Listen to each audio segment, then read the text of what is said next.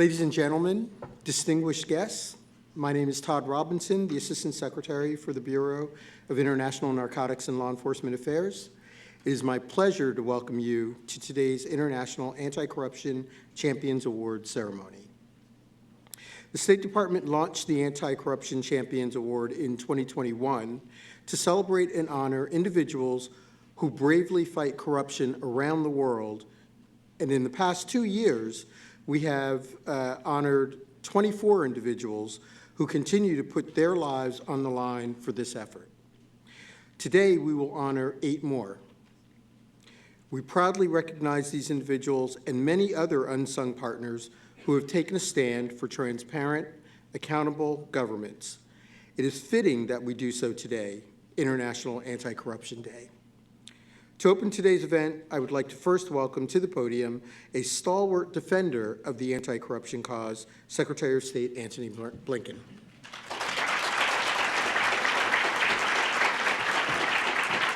Thank you. Good morning, everyone, and welcome, everyone. It's so good to see you all here in person. We've, as Todd said, been proceeding with these very important recognitions and awards, but we've done it virtually, and I'm very, very glad that we actually are able to get together today in person. Todd, thank you for your leadership on this issue and for now 36 years of service and counting to the department. Todd started when he was 12 years old, which explains 36 years. And I'm also very glad to be joined by a great colleague and friend, Richard Nephew, who is leading our efforts. And you'll hear more from him in a little while. Todd and I, by the way, share something in common with some of the folks getting awards today. We both actually started our careers as journalists. The experience is one of the many reasons that we have such deep respect for journalists whose work is indispensable to free and open societies. To our awardees, to their families and colleagues joining us in person, some joining us remotely, simply put, I'm honored as well as inspired to be with all of you today. You all hail from different countries. You work in different kinds of institutions. You focus on distinct challenges. Several themes, though, cut across the extraordinary efforts to combat corruption that join all of you together.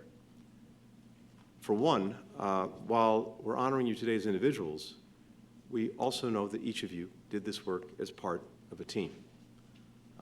Moreover, all of you persisted in this work despite significant harassment, significant threats. You've been interrogated, you've been detained, you've been prosecuted. You've been labeled as enemies of the state, agents of foreign governments, partners of organized crime. Your homes have been searched and ransacked. Your offices shuttered. You and your loved ones have been intimidated and, in some instances, attacked. Some of you have seen colleagues killed for their work. All of this, I know, has been brutal on you and on your families. And yet, the other thing that joins you together is you've refused to give up. You've kept at it, out of a commitment to justice and to your fellow citizens. So, to you, to your teammates, to your families, we say very simply, thank you, thank you, thank you for your courage and for your sacrifice. At events like these, we usually try to give a quick summary of the accomplishments of each person receiving an award. But the contributions of these champions over decades of public service are in many ways almost too vast to do that. So what I'd like to do over the next few minutes is something a little bit different and maybe try to pull some common lessons from the work of our awardees. 8 lessons from 8 champions. Consider them maybe a how-to guide for effectively combating corruption and empowering citizens. First, today's champions have made innovative use of technology to uncover graft. In Serbia, the Crime and Corruption Reporting Network, founded and edited by Stefan Trojanovic, created a public searchable database of information, of documents and data that can be mined for corruption and conflicts of interest, as well as an online tool that tracks the assets of public officials. These easy-to-use, accessible tools have empowered journalists, activists, prosecutors, ordinary citizens to conduct their own fact-finding on illicit activities, to bring it to light. Second, awardees have come up with creative ways to raise public awareness about impunity and its impact on people's daily lives, a crucial step toward mobilizing the public to demand change. In Zimbabwe, Janet Zhu and her organization, the Zimbabwe Coalition on Debt and Development, used billboards, tweets, even a dance hall playlist that they handed out to motorists at stoplights to build support for a campaign that demanded answers in high-profile corruption cases. Their tagline was, "You deserve to know, I deserve to know." And with time, more and more Zimbabweans agreed. Third, the champions have mentored rising generations of anti-corruption activists. As president of one of Malaysia's highest courts, Judge Rakotowina Dramina Hamima, excuse me for the pronunciation, has spearheaded countless investigations that reach the highest levels of government. Yet he somehow also found time to build a team and also mentor many younger members that shares his relentless commitment to accountability. And he's trained them in the skills that he's used to carry out effective prosecutions, such as how to identify and trace missing public funds. Fourth, the champions have demonstrated that even in opaque institutions that have struggled with corruption, pockets of transparency and accountability can be nurtured. When Qisma Salih Ali Mandeli took over as Director General of the Central Bank of Iraq 5 years ago, she made it her top priority to systematically cut off the pathways of illicit finance. She created an online auditing system to track Iraqi banks' internal workings, instituted rolling inspections of anti-money laundering safeguards, developed an electronic database of individuals who were violating banking laws. One reform at a time, she cut off those pathways. Fifth, today's honorees have defended the rights of underserved and marginalized communities. They're disproportionately impacted by corruption. Colombian Supreme Court Justice Marco Antonio Rueda has effectively prosecuted hundreds of corruption cases over his decades of service. One involved a governor in the country's Putumayo region who illegally lifted restrictions on gold mining and awarded the contract in exchange for bribes. The mining caused significant deforestation of the Amazon rainforest, deposited dangerous amounts of mercury, lead, and other toxins into rivers vital to indigenous communities, until the prosecution Marco led stopped it. Sixth, the awardees have shone a bright light on how graft undermines the ability of governments to meet people's most basic needs in times of crisis. Journalist Rosina Islam exposed how officials in Bangladesh exploited the COVID-19 pandemic to loot funding from the public health system and allowed life-saving medical equipment to sit unused in Dhaka's airport for months, costing countless lives. Her reporting, which landed her in jail, sparked widespread indignation and calls for justice and change.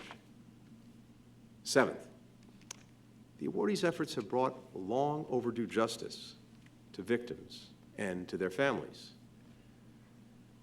Antonio de Jesus Cervantes, a journalist of the Mexican magazine Zeta, traced a series of brutal executions in Tijuana to a drug cartel and corrupt officials. His articles led prosecutors to identify those responsible for dozens of killings and gave victims' families a sense of closure previously denied. A close friend of one of the victims said that Antonio's reporting gave them, and I quote, "a light of hope, a light of justice." The final lesson is one that's particularly important for anti-corruption advocates tuning into this from around the world. Now, I suspect a number of you are under serious pressure because of your work. Maybe you're feeling discouraged. Maybe you're feeling daunted. So I hope you'll take heart from knowing that every one of the champions that we're honoring today has at one point or another felt the same way. One honoree, Cynthia Gabriel, has written about an especially trying time she went through when she was leading a campaign to highlight a massive government kickback scheme in Malaysia. She and her fellow advocates were dragged in for questioning. Their offices were raided. They were being smeared on TV and all across social media. Yet, at precisely the moment she was feeling most beaten down, Cynthia wrote, and I quote, "An outpouring of support from ordinary people gave me new strength to work for change so that my country could begin to chart a more open and more transparent course. So, no matter how great the obstacles there are that you face, I hope you remember the difference that your work is making for ordinary people. And wherever you are, know that you have a committed partner in the United States. Last year, President Biden launched our nation's first ever U.S. strategy on countering corruption, which recognizes corruption as a national security threat and brings an all-of-government approach to addressing the problem. Maybe most important, the strategy focuses on teaming up with partners around the world, partners like you, to root out corruption, increase transparency, promote accountability. You're about to hear from the State Department's first coordinator on global anti-corruption, Richard Nephew, about some of the ways that we're broadening and deepening those partnerships and working to support the work of champions around the world. So, to our awardees, those here, anti-corruption champions everywhere, our message is this: count on us as partners. Learn from these innovative and dedicated awardees. Draw inspiration from organizations, from institutions, from communities that stand behind them, and who show that together we can, you can, make real strides in rooting out corruption and improving the lives of our fellow citizens. Thank you to each and every one of you.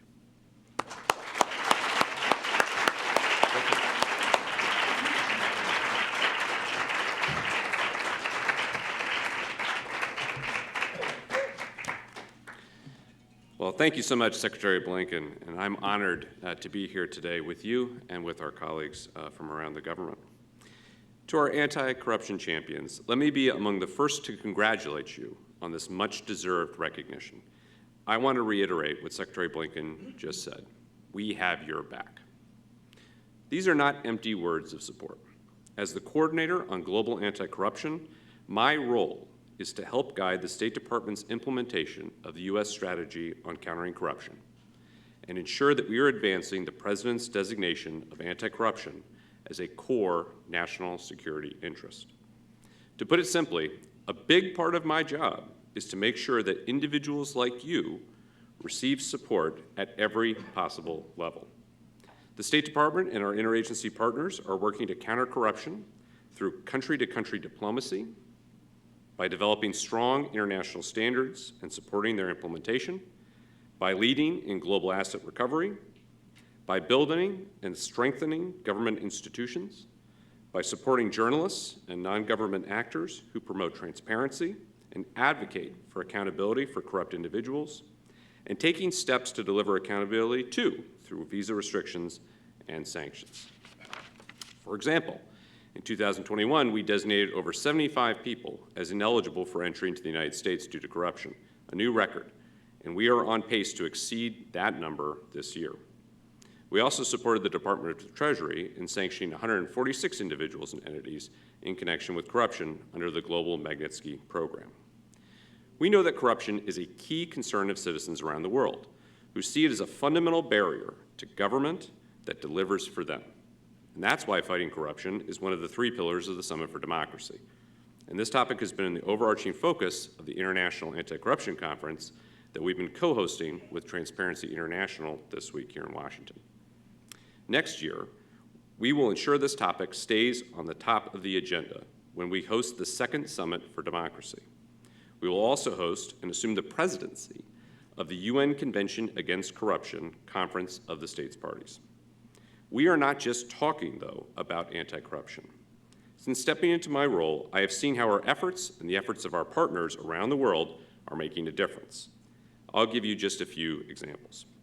We've seen strong steps taken in Albania, where, with U.S. assistance, a special anti-corruption body was created to tackle high-level corruption cases. In recent months, they've arrested former ministers, sitting members of parliament, judges, police, prosecutors, mayors, and organized crime kingpins. In Iraq, we are working with the Kurdistan region to implement a federal anti-money laundering and counter-financing of terrorism law, which aims to identify, disrupt, and dismantle illicit finance activities. In Costa Rica, with U.S. support, prosecutors uncovered a multi-million-dollar public works corruption scheme. In Panama, prosecutors that received U.S. training presented evidence that led to a 6-year sentence for a former minister and his wife for unjust enrichment. In a global effort, the State Department recently brought together teams of technologists and anti-corruption experts to develop ideas for technologies to combat corruption. Winners of that global virtual tech sprint are now developing prototypes of technologies that will assist transparency and accountability in foreign assistance processes and disaster relief. Finally, we have supported investigative journalism and advocacy through projects such as the Global Anti-Corruption Consortium, which has led to over 200 actions ranging from law enforcement investigations or arrests to personnel dismissals. None of this work would be possible without strong partnerships, as well as the independent work of principled individuals who see this as their fight too. International Anti-Corruption Day provides us with a unique opportunity to recognize those working to make their countries better. So today we celebrate 8 individuals who undertake this perilous effort and champion rule of law, accountability, and transparency. We also look forward to continued partnership in the days to come. For those in the audience who may not know this, our honorees have just spent 2 weeks in the United States on an international visitor leadership program where they've met with government officials, justice workers, journalists, and activists. Thank you to Assistant Secretary Satterfield and her hardworking team for putting this together and ensuring that it is a worthwhile experience. To our honorees, our hope is that you've built new support networks and gained fresh insight into the work of anti-corruption, and that your time in the United States will lead to even greater successes when you return home. Now, I want to take this opportunity to introduce one of this year's champions who will be sharing her thoughts on the importance of anti-corruption. Cynthia Gabriel joins us from Malaysia, where she works to promote good governance and root out corruption as the founder of the Center to Combat Corruption and Cronyism. Please join me in welcoming anti-corruption champion Cynthia Gabriel to the podium.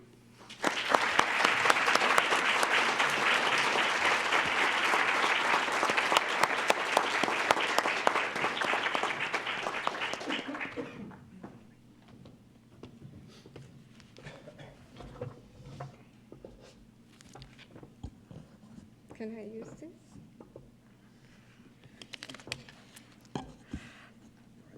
Thank you. Now I feel less tall.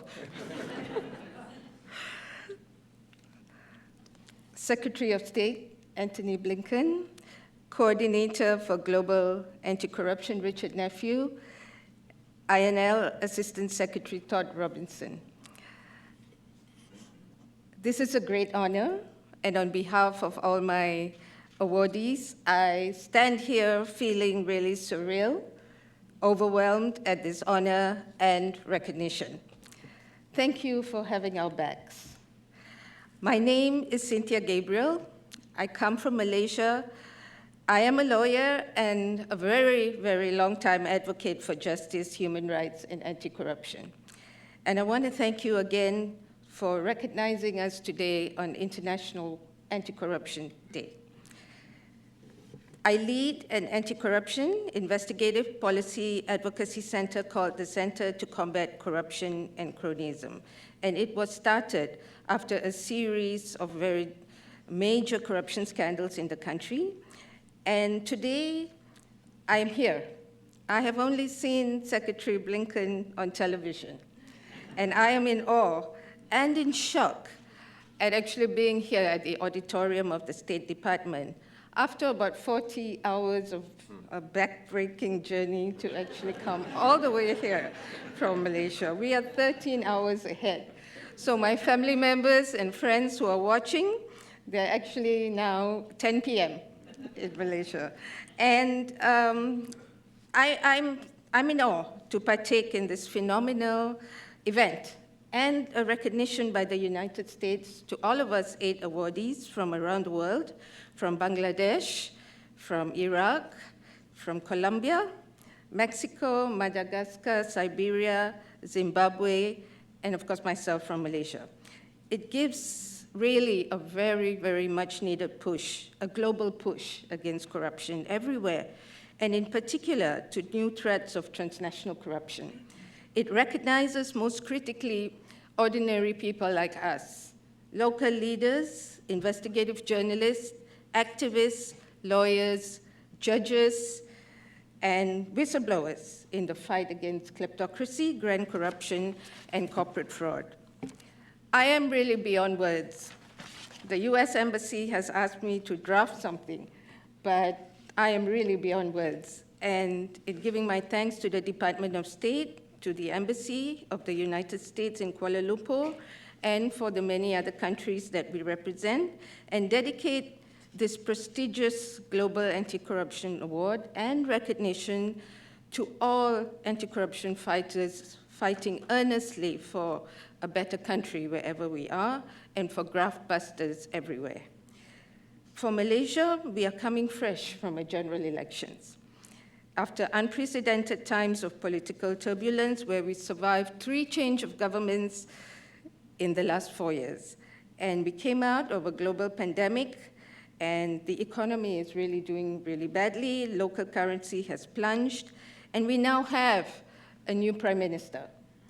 A prime minister who was a protest leader, he was jailed, and he understands the work of anti-corruption. And we hope that with the support of the United States, the new unity government will partake in greater involvement of civil society in important components of fighting the scourge of corruption. Coincidentally, in 2015, Malaysia became global news for wrong reasons when a large sovereign wealth fund was exposed for humongous malpractices, causing global losses of billions of taxpayers' money. And it was the US Department of Justice that first started a global wave of tracking sophisticated web of dirty money, illicit flows using shell companies and a complex network of offshore merchant bank accounts and legal institutions that became enablers to one of the world's largest financial heists. So we thank you for helping us make that push, because the work of investigative journalists, whistleblowers, local and global civil society have not gone unnoticed today. And we want to thank you as it becomes so much more significant that I accept this not just for myself or my organization, but for global anti-corruption fighters everywhere today. And in conclusion, I wanted to just say a thing or two about how this had actually gotten my interest and my commitment to anti-corruption and activism in a way that I couldn't back out from what I had already started doing. And it wasn't something that was fancy, for sure. It was about claiming truth and justice. It was about fighting a system that was corrupt. And it was something that took us through very, very painful, dark tunnels of treachery, pain, intimidation, harassment, and fear to silence our voices. But yet, we trudged through many of the dark tunnels against the odd and battled highest power. So thank you again for having our backs. And what seemed so impossible became so possible when monumental changes in government were brought by movements of anti-corruption people. And after more than many, many years of struggle, we actually see former prime ministers, former presidents going to jail, going to prison. And in our case, a prime minister imprisoned for 12 years now and fined millions for stealing taxpayers' money. It has changed the landscape locally and globally for ordinary people like us, and we can make a big difference with courage, with perseverance, and most importantly, to hold power to account. And we urge for better international cooperation and support from the United States that global civil society actors, local activists, journalists, whistleblowers like us will be recognized, will be an important component in fighting corruption, as the UNCAC Article 13 has actually prominently put forward that we would become important components of fighting corruption. So on behalf of my colleagues, I wanted to thank you again for this honor and for this tremendous recognition that will boost our work on anti-corruption and human rights. Thank you so much.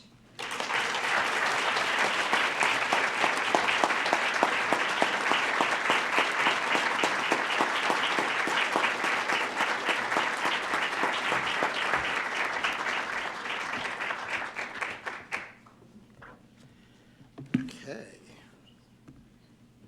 I don't know if I should stand on this or not. I don't know if I'm tall enough.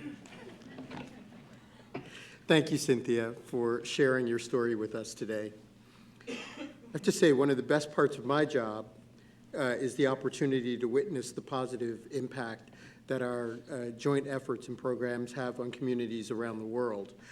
As Assistant Secretary for INL, I've seen some remarkable wins this year.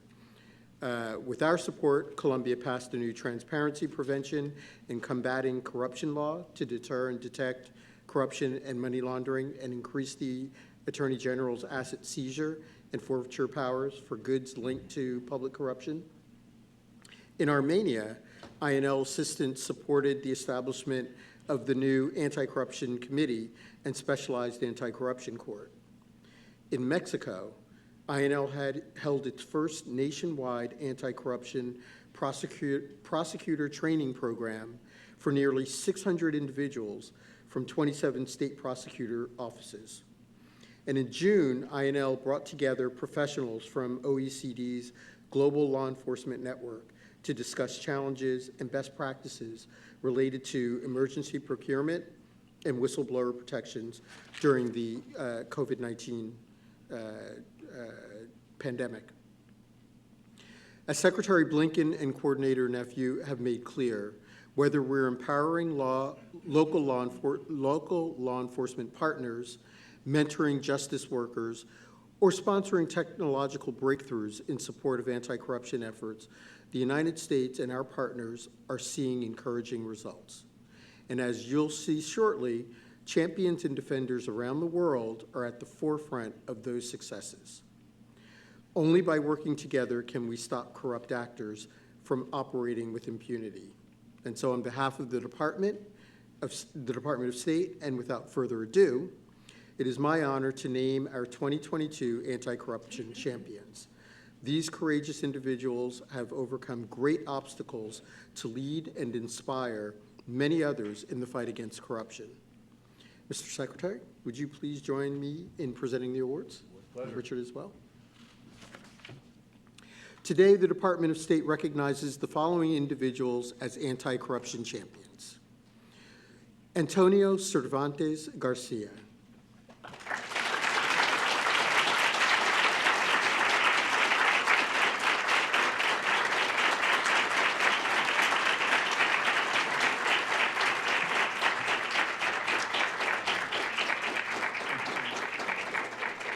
Mr. Cervantes is being recognized for his work as an investigative correspondent and reporter for Baja California Sur's esteemed Semanario Zeta in Mexico, which regularly features exposés on government corruption, organized crime, and drug trafficking.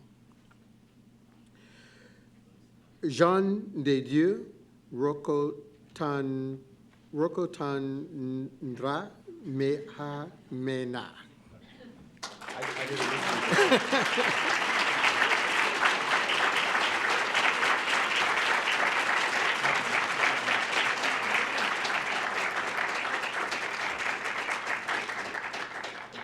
Jean is recognized for consistently demonstrating transparency, commitment to the rule of law, and the willingness to implement reforms designed to improve the Supreme Audit Institution's effectiveness in Madagascar.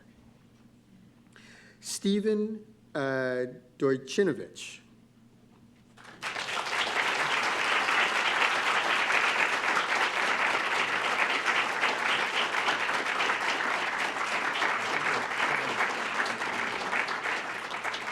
Stefan is being recognized for his investigative reporting efforts to expose corruption, uncover organized criminal groups, and increase citizen awareness of the pervasive harm corruption inflicts throughout Serbian society. Cynthia Gabriel.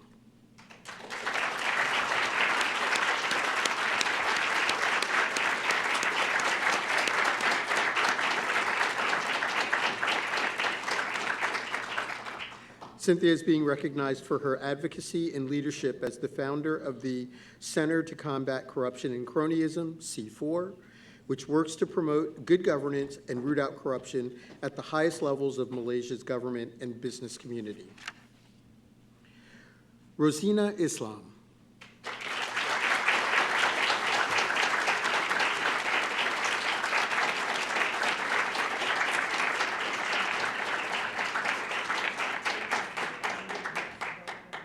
Rosina is being recognized for her courage and tenacity in producing investigative reports about human rights abuses and corruption in the public health sector, the judicial system, and the private sector in Bangladesh.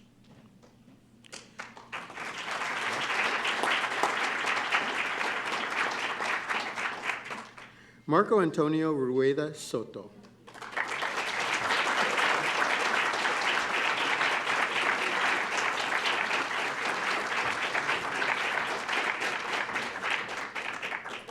Marco Antonio is being recognized for his commitment to fighting corruption over a 40-year judicial career in Colombia and for investigating and convicting public officials despite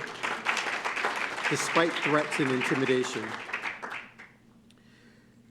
Kisma Salih Ali Mendeli. I'm sorry.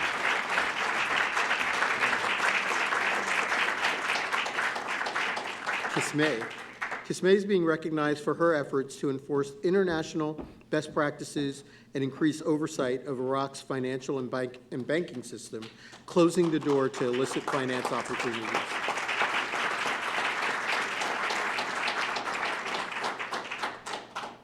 Janet Zhu.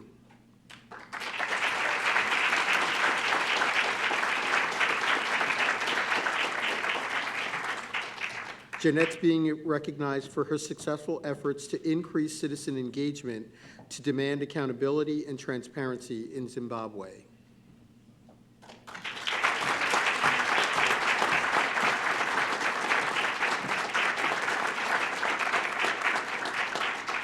I want to thank you all for your great efforts, and I would like to ask for another round of applause for all of our champions.